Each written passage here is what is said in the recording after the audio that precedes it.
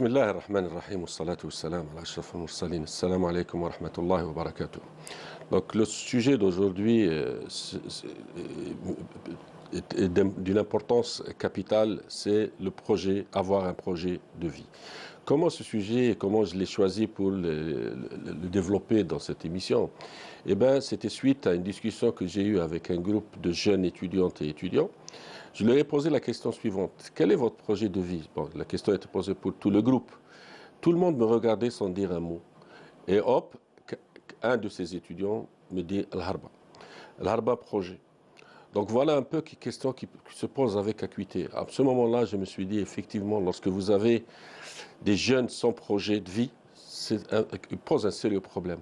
C'est quoi un projet de vie? Dans la vie, bon, la question qui se pose, c'est que est-ce qu'on peut vivre sans projet, sans se projeter dans l'avenir, sans avoir un plan ou un projet, par exemple professionnel, bien clair. C'est-à-dire, c'est un projet qui nous guide dans la vie, en dehors des autres projets de vie. Donc chaque individu, par rapport à ces situations, il doit avoir un projet de vie. Un projet de vie, c'est, si vous voulez, c'est un parcours qu'on se trace.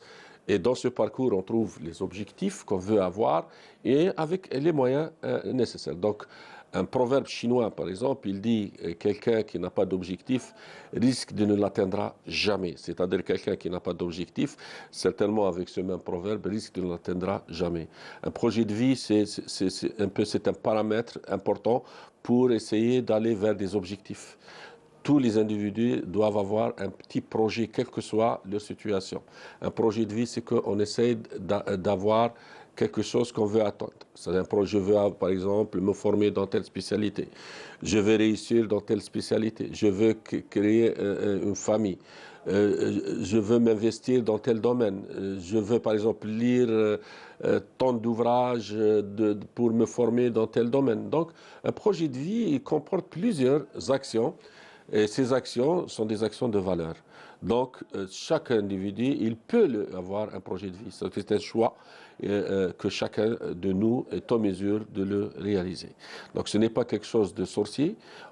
C'est-à-dire, on peut se tracer, ou bien on peut se fixer un projet de vie par rapport à nos moyens. Et bien évidemment, ce projet de vie, il pourrait être éclaboussé pour une raison ou une autre.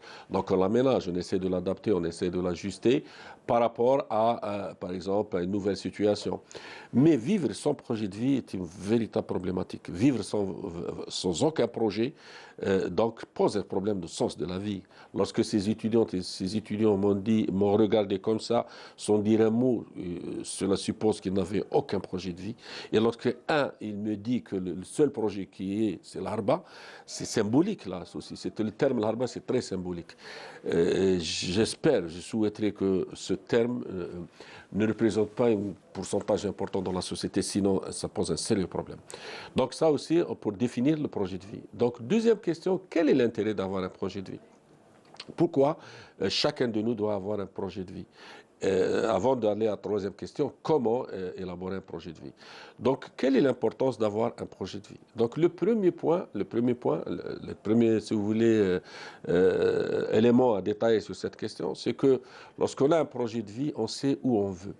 C'est comme toute situation, c'est-à-dire quelle que soit la situation pour l'individu, comme pour, par exemple, une entreprise, comme une organisation quelconque, pour un pays aussi, un pays sans projet, personne ne peut vous dire où il veut aller. La même chose pour une entreprise, si elle n'a pas de projet, donc je m'imagine mal comment elle va réunir ses moyens pour atteindre ses objectifs. La même chose pour l'individu. Si quelqu'un qui n'a pas un projet dans la vie, eh ben, il risque d'être déstabilisé. Il risque d'être perdu. Il y a beaucoup de témoignages. À cette occasion, j'ai lu beaucoup de témoignages, par exemple, des personnes du monde occidental, des sociétés occidentales. Croyez-moi, je suis resté étonné de voir combien beaucoup de ces personnes sont dans le désarroi, c'est-à-dire qu'ils n'ont pas de repères et dans cette situation, ils risquent d'aller vers des situations compliquées au plan psychologique parce qu'ils ne savent pas où ils veulent aller. Moi, je parle surtout des questions de vie et non pas d'autres questions. Donc, moi, je parle surtout des projets dans la vie. C'est-à-dire, on veut avoir un projet dans la vie pour lequel on s'investit. Sans un projet de vie, donc la motivation baisse parce qu'on perd aussi le goût de la vie. Quelqu'un qui n'a aucun projet de vie, lui posez la question, vous lui dites qu'est-ce que vous cherchez de cette vie, ou bien quel est votre projet dans votre société, par exemple, il vous regarde, surtout par rapport à l'âge. Un jeune, par exemple, un adolescent de 15 à 20 ans, ou un étudiant, moi j'ai parlé tout à l'heure des étudiantes, alors que ça c'est plus compliqué. Et quelqu'un qui vous regarde et n'a pas un projet de vie, ça pose un sérieux problème. Il ne sait pas ce qu'il veut dans cette vie. Et il lui reste que ce que son imaginaire lui donne. Un projet de vie veut dire que les gens rêvent. Si on enlève le rêve à quelqu'un, c'est très compliqué. Rêver, c'est avoir le sens de la vie, c'est essayer d'atteindre ce rêve. Un rêve, bien évidemment, qui est juste. Un projet de vie, c'est un ensemble de rêves. Surtout là, à l'âge où on a le droit de rêver. Donc rêver, c'est gratuit. Mais aussi, rêver aussi nous donne l'envie d'aller vers la réalisation de ce rêve.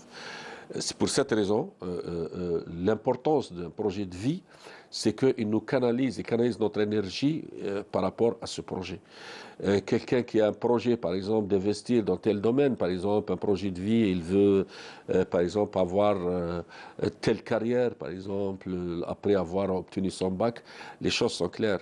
Et là aussi, j'attire l'attention qu'il y a des situations très problématiques sur cette frange de la société.